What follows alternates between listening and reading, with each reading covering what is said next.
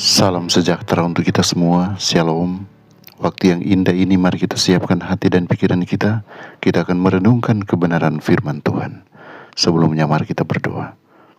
Bapa di sorga, kami datang di hadapan hadirat-Mu memohon kiranya kuasa Roh Kudus-Mu dicurahkan di tengah-tengah kami, agar setiap firman yang akan kami baca dan renungkan, kami boleh pahami.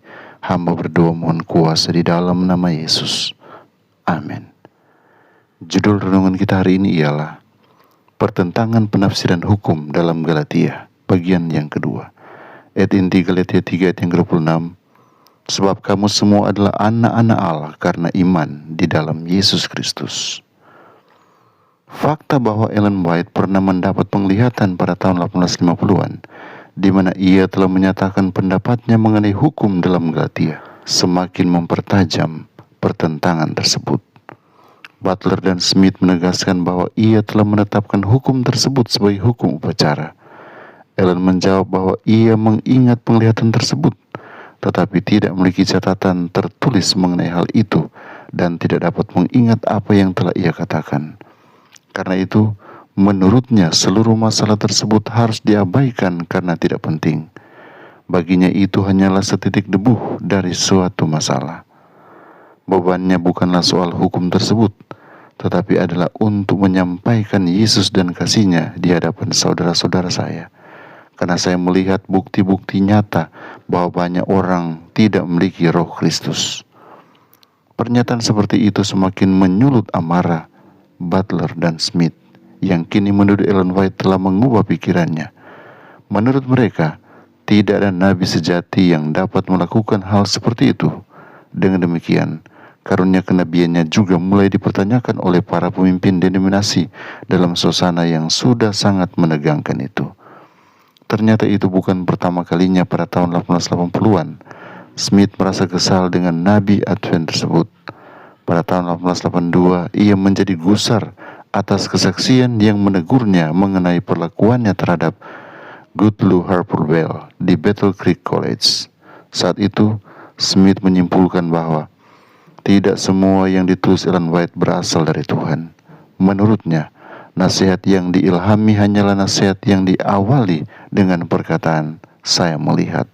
Dengan demikian, surat-suratnya hanyalah nasihat yang baik, kecuali jika ia berkata, "Saya melihat." Secara khusus menurut anggapan Smith, nasihatnya dalam kasus Bell adalah nasihat yang keliru. Pada pertengahan tahun 1880-an, di tengah pertentangan mengenai kitab Galatia, Butler bergabung dengan Smith dalam pandangan mereka yang meragukan nasihat Ellen White. Ellen White tentu saja memiliki pendapatnya sendiri mengenai pandangan mereka. Jika pendapat yang terbentuk sebelumnya atau ide-ide tertentu dari beberapa orang diperiksa dan ditegur melalui kesaksian, maka mereka memiliki beban untuk menjelaskan posisi mereka dan sekaligus untuk membedakan antara kesaksian-kesaksian itu, menjelaskan yang mana dari pandangan Nyonya White yang dianggap manusiawi dan yang mana adalah firman Tuhan. Mereka menganggap segala sesuatu yang menopang ide-ide mereka yang berharga adalah ilahi, dan kesaksian-kesaksian yang mengoreksi kesalahan-kesalahan mereka adalah manusiawi. Pendapat Nyonya White. Melalui tradisi atau kebiasaan, mereka tidak menjadikan nasihat Tuhan berpengaruh. Pelajaran ini sangat dalam.